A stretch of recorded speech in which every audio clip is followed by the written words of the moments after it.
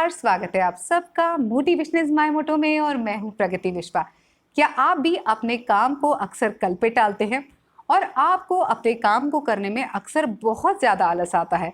अगर हाँ, तो आज का वीडियो है खास आप ही के लिए, क्योंकि आज हम बात करेंगे कि इस तरह की टाल मटोल करने की आदत को कैसे दूर किया जा सकता है। तो चलिए, देर किस बात की है, करते हैं शुरू से शुरू। देखिए, इस तरह की टाल मटोल करने की आदत को हम अक्सर प्रोक्रेस्टिनेशन के नाम से जानते हैं, जहां पर हम अक्सर कहते हैं कि हम आज नहीं कल करेंगे, और ये कल अक्सर कभी भी नहीं आता है। तो अगर आप भी इस तरह की आदतें रखते हैं तो ये आदतें ना केवल आपकी पर्सनल लाइफ को इफ़ेक्ट करती है, बल्कि आपके करियर को भी बहुत ज़्यादा इफ़ेक्ट करती है।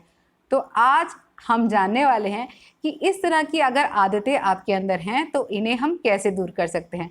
तो इस बात को समझने के लिए आपको दो बातों को समझना बहुत ज़्यादा ज़रूरी है। पहला तो ये कि हम ऐसी आदतें रखते ही क्यों हैं, या ऐसी आदतें हमें पड़ती ही क्यों हैं।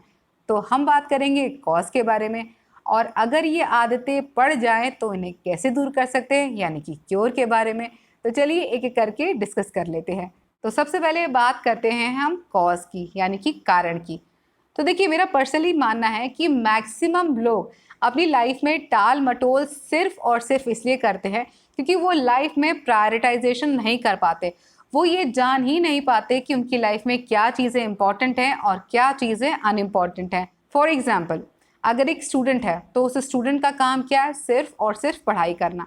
लेकिन अक्सर स्टूडेंट लाइफ में होता क्या है, 3-4 महीने में एग्जाम्स होते हैं मोस्टली। बच्चे सोचते हैं कि अरे अभी तो 3 महीने बाद एग्जाम्स है, हमारे पास बहुत टाइम है, पढ़ लेंगे, थोड़ा मस्ती कर लें। अरे आज नहीं कल पढ़ लेंगे तो क्या हो गया, अरे अभी तो बहुत टाइम है एग्जाम्स का, पढ़ लेंगे।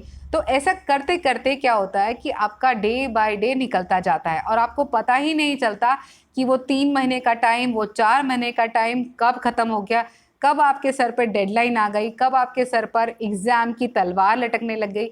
और जब इस तरह की सिचुएशन होती है तो क्या होता है, तब आप अपनी लाइफ में, अपने एग्ज़ाम्स में बहुत अच्छा परफॉर्म नहीं कर पाते। एज अ रिज़ल्ट ये सारी जो चीज़ें हैं, ये जो आपकी अप्रोच ऑफ लाइफ है, ये कहीं ना कहीं आपकी अपनी लाइफ को बहुत ज़्यादा डैमेज और स्पॉइल करने का एक बहुत ही इंपॉर्टेंट रोल प्ले करती है।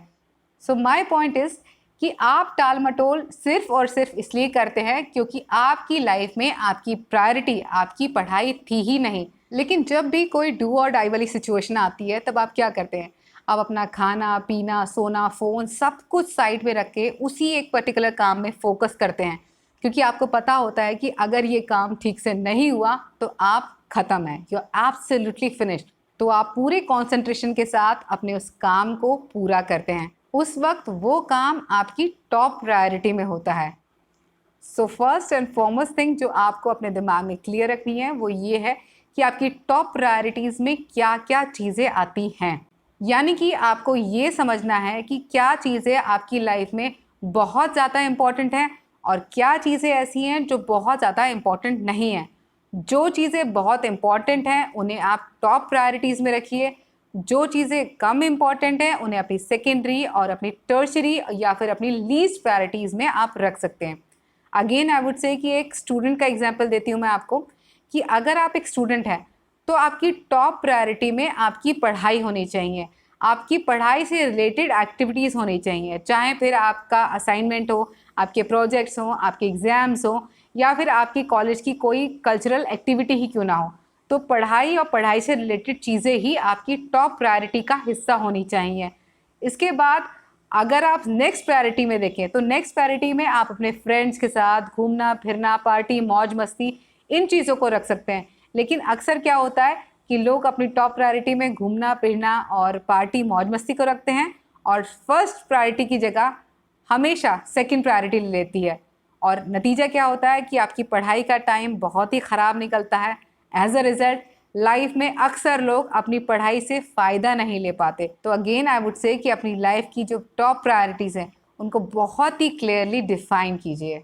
दूसरी चीज़ जो प्रायोरिटाइजेशन के वक्त आपको अपने दिमाग में रखनी है वो ये है कि हमेशा अपने डर को साइड में रखिएगा। अक्सर लोग यहीं पर गलती करते हैं। किसी भी काम को शुरू करने से पहले ये सोचते हैं कि अगर ये काम सक्सेसफुल नहीं हुआ तो क्या होगा, कहीं ऐसा ना हो कि लोग मुझ पर हंसे, कहीं ऐसा ना हो कि लोग मेरा मजाक बनाएं या फिर मुझे लूज़र कहें। तो इस तरह की बातों को अपने दिमाग से पूरी तरह से निकाल कर बाहर फेंकिए। एक बात अपने दिमाग में बिठा लीजिए कि कोई भी काम बिना करे नहीं होता। किसी भी काम को सक्सेसफुल बनाने के लिए आपको उस काम के लिए डेडिकेशन तो दिखाना ही पड़ता है। फॉर एग्जाम्पल, अगर आपका टारगेट है कि आपको वेट लूज करना है, तो क्या होता है, अक्सर लोग सोचते हैं कि अरे एक्सरसाइज करूंगा मैं वेट लूज करने के लिए, लेकिन आज नहीं कल से करूंगा। अरे मुझे डाइट तो करनी है पर आज नहीं मैं कल से करूंगा। या बहुत बार लोग सोचते हैं कि अगर डाइट और एक्सरसाइज कर भी ली तो क्या होगा, मैं इतना पतला तो नहीं हो पाऊंगा जितना पतला ये है, या अरे मेरी बॉडी वैसी तो नहीं बन पाएगी जैसी इसकी है। तो कई बार लोग इन्हीं चीज़ों को सोच सोच कर अपने काम को आज की जगह कल और कल की जगह परसों पर टालते हैं। तो माय डियर फ्रेंड, अगर आपको भी इसी तरह के थॉट्स परेशान करते हैं तो इन थॉट्स को स्टॉप करने का एक बहुत ही बढ़िया तरीका है, और वो ये है कि काम को आपको कल से नहीं बल्कि आज से ही शुरू करना है। फॉर एग्जाम्पल, अगर आपको एक्सरसाइज करने का मन है तो कभी मत ये सोचिए कि मुझे कल करनी है, सोचिए कि मुझे आज ही एक्सरसाइज करनी है। और आज आपको बहुत घंटों एक्सरसाइज नहीं करनी, आपको सिर्फ आज 1 मिनट एक्सरसाइज करनी है। तो आप 1 मिनट डेडिकेशन के साथ एक्सरसाइज कीजिए। आप कोई भी एक्सरसाइज कर सकते हैं। फिर जब आप 1 मिनट कोई भी एक्सरसाइज कर लेंगे फटाफट, तो फिर आपको सोचना है कि आज तो मैंने 1 मिनट किया, कल मैं इसे 2 मिनट करूँगा, फिर कल 2 मिनट कीजिए, परसों 3 मिनट कीजिए। इस तरह करते करते आप ग्रेजुअली टाइम बढ़ाते जाइए। ऐसा करने से क्या होगा, देखिए, ऐसा करने से 2 फायदे होंगे। पहली बात तो ये कि जब आप धीरे धीरे करके एक्सरसाइज बढ़ाएंगे तो धीरे धीरे करके आपकी बॉडी इन चेंजेस को एक्सेप्ट करेगी, इन्हें लेकर अडेप्टेबल बन जाएगी। प्लस आपका जो माइंड है वो भी धीरे धीरे सीरियस होगा, उसका फोकस बढ़ेगा। एज अ रिजल्ट आपको एक्सरसाइज में इंटरेस्ट आएगा और आप अपने काम में बेटर परफॉर्म कर पाएंगे। So always remember, there is no tomorrow, start from today only.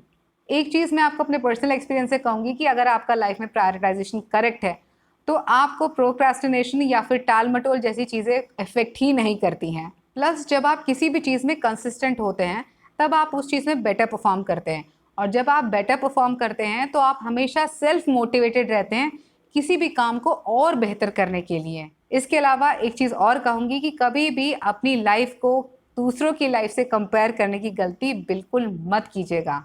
अक्सर होता क्या है कि एक इंसान अगर किसी एक काम को करता है तो हो सकता है वो 4 दिन में सफल हो जाए।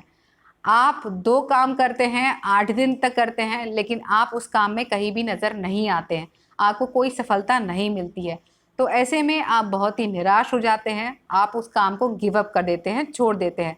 तो अगर कभी ऐसा हो कि आपको आपकी लाइफ में आपके काम का नतीजा ना दिखे, तो उस काम को छोड़ने की आपको गलती बिल्कुल भी नहीं करनी है। क्यों? क्योंकि हर इंसान की जो सफलता है वो ईश्वर ने अलग अलग लेवल पर तय की है। तो हर इंसान की सफलता का जो समय है और हर इंसान की जो सफलता का सफ़र है वो अलग अलग होता है। फॉर एग्ज़ाम्पल, एक आदमी एक काम को करके सफल होता है, यहाँ पहुँचता है, और आप कहते हैं कि वाह, इसका तो कितना नाम है, ये यहाँ पर पहुँच चुका है। लेकिन आप जो है लगातार मेहनत करते हैं, आप काम करते रहते हैं, लेकिन आप कहीं पहुँचते ही नहीं हैं, तो आप बहुत परेशान हो जाते हैं। एक आदमी एक काम को करके यहाँ पहुँचा है क्योंकि भगवान ने उसकी जगह यहाँ पर डिसाइड की हुई है, उसकी सफलता यहाँ तक सीमित है। लेकिन आप जो है 4 काम करने के बाद भी सफल नहीं होते, तो इसका मतलब है कि आपकी जगह यहाँ नहीं है, आपको इसके ऊपर जाना है। हो सकता है कि एक काम करके ये तो यहाँ पहुँच गया, आप यहाँ नहीं पहुँचे क्योंकि आपकी जगह 2, 3, 4, 5, 6, हो सकता है कि आपकी जगह 6 काम करके यहाँ पर पहुँचनी हो। तो अब आप समझ सकते हैं कि ये सफलता और ये सफलता में कितना अंतर है। आप ये भी समझ सकते हैं कि इसको यहाँ से यहाँ पहुँचने में कितना समय लगा और आपको यहाँ से यहाँ पहुँचने में कितना समय लगा। तो कहने का मतलब सिर्फ और सिर्फ इतना है कि हर इंसान की सफलता का लेवल अलग अलग होता है। जितनी ऊंची सफलता होती है, जितनी बड़ी सफलता होती है, उस सफलता को पाने के लिए आपको समय भी ज़्यादा लगता है, आपको प्रयास भी ज़्यादा करने पड़ते हैं। तो कभी भी अपनी सफलता को, अपनी असफलताओं को, अपनी अचीवमेंट्स को कभी भी किसी इंसान से कंपेयर करने की गलती मत कीजिएगा, क्योंकि अगर आप इस तरह से करेंगे तो आप लाइफ में कभी भी वो अचीव नहीं कर पाएंगे जो आपके लिए एक्चुअल में बना है। तो बस अपने काम को लगातार करते रहिए तब तक जब तक कि आप अपने काम में सफल नहीं हो जाते। तो फ्रेंड्स, उम्मीद करती हूँ मेरी बात आप तक ज़रूर पहुँची होगी और आपको इस वीडियो का फ़ायदा ज़रूर होगा। चलते चलते आपसे इतना ही कहूँगी कि हर इंसान का डिग्री ऑफ सक्सेस और जर्नी ऑफ सक्सेस अलग अलग होता है। इस बात को कभी मत भूलिएगा। इसी विचार के साथ आज के लिए बस इतना ही। फिर मिलेंगे अगले वीडियो में। तब तक के लिए स्वस्थ रहिए, मस्त रहिए, बेशक कितने भी व्यस्त रहिए।